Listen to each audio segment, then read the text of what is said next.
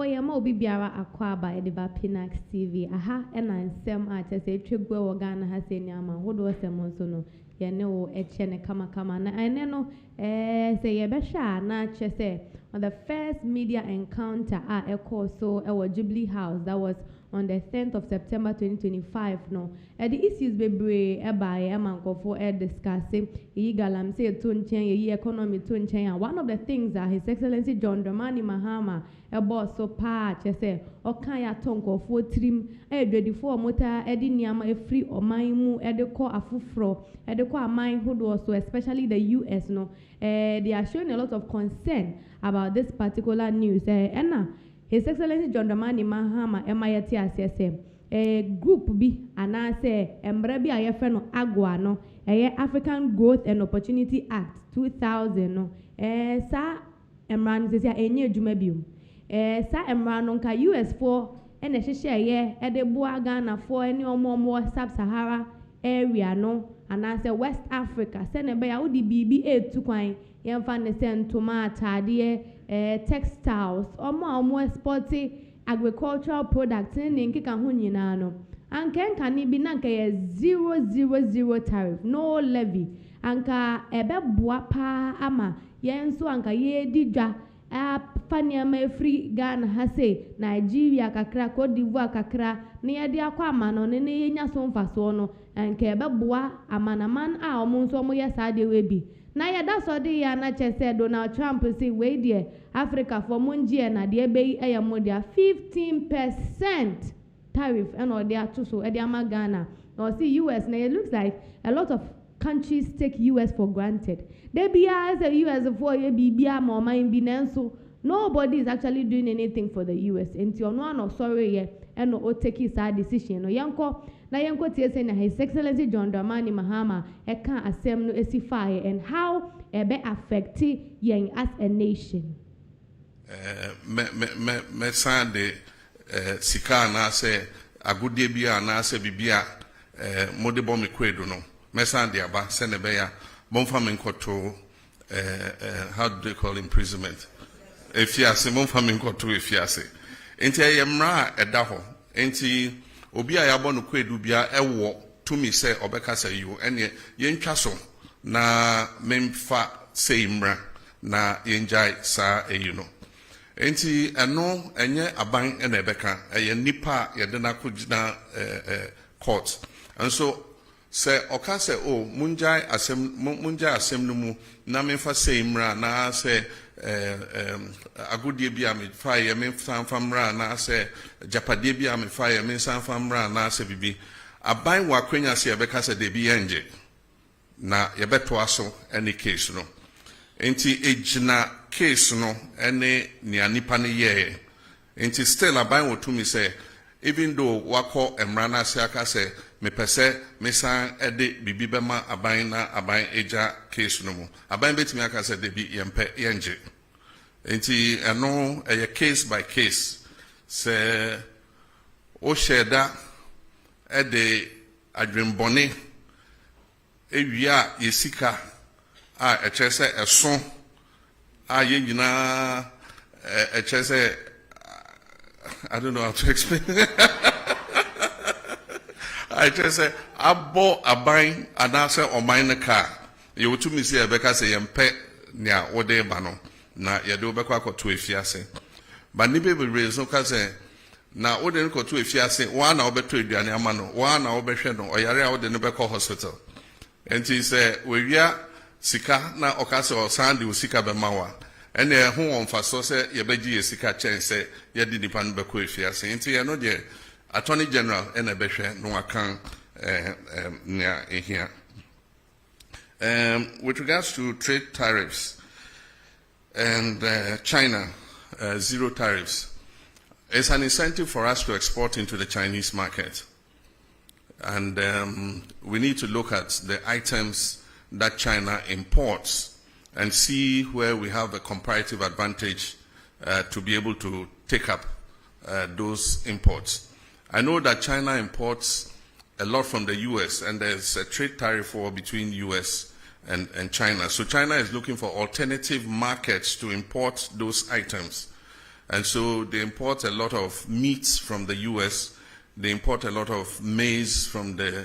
US and other agricultural products. And so if we have arable land and we're in a position to expand our production, then the zero tariff will make meaningful sense. Then we can take advantage of it.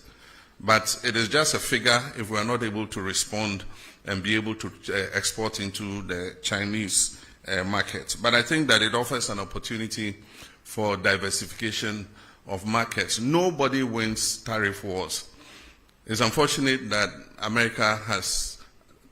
appended the whole World Trade System. We all work towards a rules-based trading system. It took years of negotiation from Rio to Doha round and all that. And eventually, reasonable tariffs were agreed between countries. Countries like Africa enjoyed zero tariff into the US because we were in the developing world. And so it was a concession that the US gave. And what you receive in exchange is soft power that, you know, a lot of people have a good disposition towards the US because the US has been kind to Africa and all that kind of thing. But in comes President Trump. He has a more transactional mindset. And he says that the US has been taken for granted for a long time. And so even countries like Ghana in Africa, he slapped a 15% tariff on us from zero tariff. And so AGOA is technically dead. It was due for renegotiation in September. There's no way with this 15% tariff, AGOA is going to be renewed. But we're just watching carefully. The power to impose tariffs is that of Congress. But in this case, the US president always pushes the limits. And so there's a case in the US Supreme Court to determine whether his imposition of tariffs are legal or not. And so depending on what the US court says, the tariffs would either be permanent or they might have to go back to Congress to endorse the tariffs that he has imposed. And then from the Central Region, Rich FM, he asked what we're doing to enhance the tourist attraction of the Central Region. It's all about infrastructure. It's also about service. With infrastructure, even the travel time to Central Region is a major problem. In Ghana, we've maintained single lane, highways for a very long time. I know if His Excellency John Dramani Mahama hono se AGOA no sesi a ewu no no kwa de twa ne nso no kese ne se na nka yen enjoy zero tariff na nka mo tu mu kura nka mo ma ye be 3 5 bi na mo de yakọ 15 wo de yen hwe screen ne so say what AGOA meant for Ghana. Ghana under AGOA could export products like cocoa butter, apparel, fruits, shea butter and handicraft to the US without paying import taxes. And until summer no na man Ghana no ke betumi di niama bi te say cocoa butter ntade ntoma chese no baye different cashew nuts me sure say it's one of the fruits I yet export pa shea butter and niama ya nwene ye de yensa ye to say craft no sa niama ni nyina nka ye de tu kwan de kwa broche say ye cotton anan say ye de kodi dwa samere no nanka bibia eto bia na so yetumi de kono wano nenso sesi anentesa. I say this made Ghana's goods cheaper and more competitive in African markets. Intini esa se to bia enna so ntini ya so ye kwa yetumi ton no ebo afofofo sene ye ton no ntini ya na nkofo so tumi ton ntem e de ma ye competition ya na ewo form kra obi ewe ye ma ne se Angola na se Ethiopia no nso de ayenso ye de aba ni bi aba e bia no ne de no ne bo ne ba wosro na yenso ye de na ewo form nti ya na ye ta to Ghana fo ni ama no pa.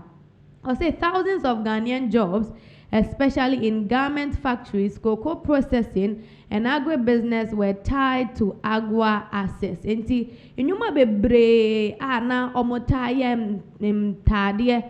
se wa study a ye wo companies bi wo honoma first omopam niama edi tukwan ebi nso wo honoma omutumi ya sa ba take time da yi na eno nso omosan de tukwan ena omo ye cocoa omo process cocoa into finished and semi finished goods no na san kofo no nso ye nkofo omo so omota edi niama ni tukwan ena agribusiness no eno de any fruit any nobaye bia no na ehye sa agribusiness na se omo ye green pepper, fresh pepper, tomatoes, omo dia carrots specifically for export reasons no na sa niama we nyina AGOA no boa omo tumi de kwa omo mre na yenhwe President John Dramani Mahama ni position ana baby ogina ene a ode kasa efa AGOA hom o say Mahama has now declared AGOA dead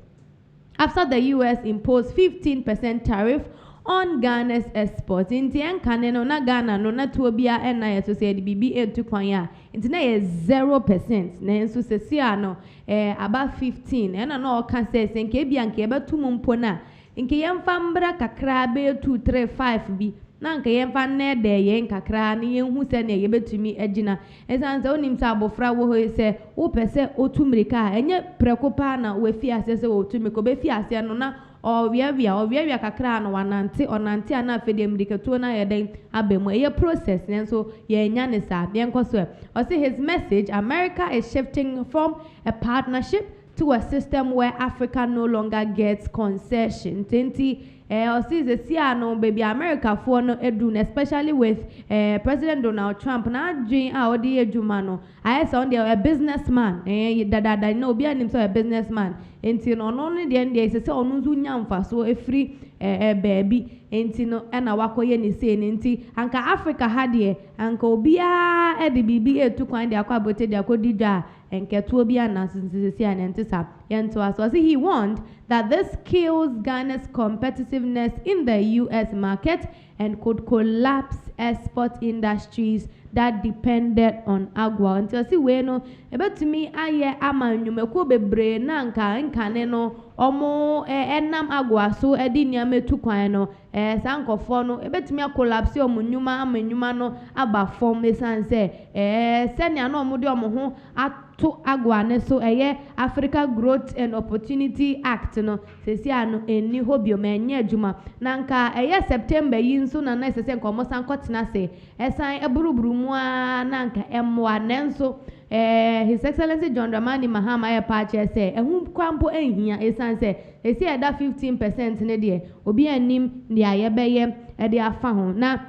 15% no ye Donald Trump ne de bae nanka se obi ana oman bi be impose tariffs as senka efa cabinet ana executive arm of government ana se legislature and commontna se nanka yenka nenso we de President Donald Trump as an individual as an authority our executive head no and de bae so say asem no e court US for court omudi ahwe se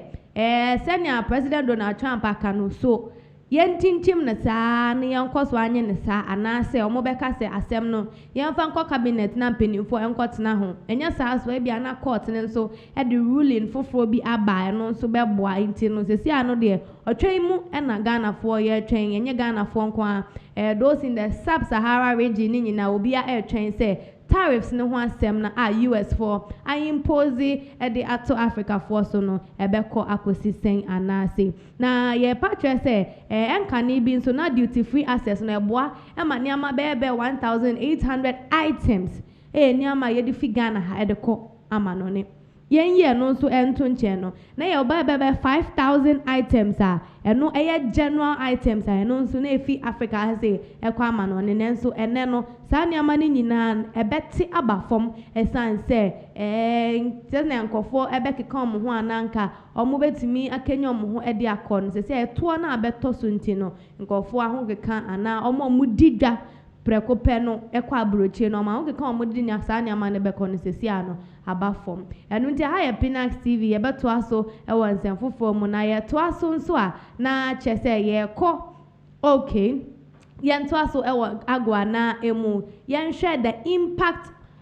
AGOA has on Ghana. They say I say it is dead. We am pass will be a sebi any sui. Saying na in soon so at here Emma Yang, ye croi, near the kind higher cost. Ghanaian goods entering the US become more expensive, losing their price edge. Inti se say anesan sa 15% ninti. Niama ye di be fi Ghana ha say de be kwa brochi no. Ya fa no cocoa, ya fa no shea butter, ya fa no fruit, ya fa no vegetables. So ni nyina ne bo no ebe kosoro. Ne bo no so kosoro a ne che say sebio e bia ne ye lusu ye market nkofo ebe try ye ho de akototo to bi wo afoforo ensem sa e na ebe kosoro. Job losses. Many factories, especially in the textile garment sector, may shut down due to lost market. In Tinkofo Bebrena, Omocha, Epimpamanta, dear, Ebimunso, Aya fabric, ye, batik and die, yen and Kika Hono, local ones, a pa, no momuya kente, and then in Kika Hono,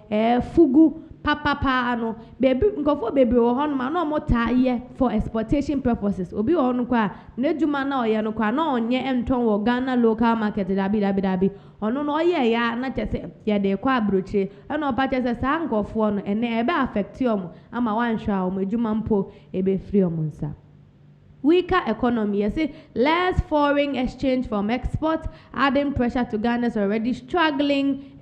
city. Say young fanyama enko. Na debia ye jinia me free abroche, ye jinia me free abroche. Ebema ye city no ahode no aba form ama dollar na kosoa akosoro. Se ano city ni baby jina no for ebo se mom ani age wo ho na nso ni nyina mpo akiri no ahia mpo se we na ntoa so ama ya anye export na week na ebema ye city no nso ayemre. Ye nkoso e say shift in policy. Mahama may use this to push for Ghana to rely less on the West and diversify trade with Asia, Europe and within Africa. Enunti yesi ebetimi ama bibi foforo aba anase mra foforo aba ewo ye dwedie ensemu na eno no ebetimi epusu ya president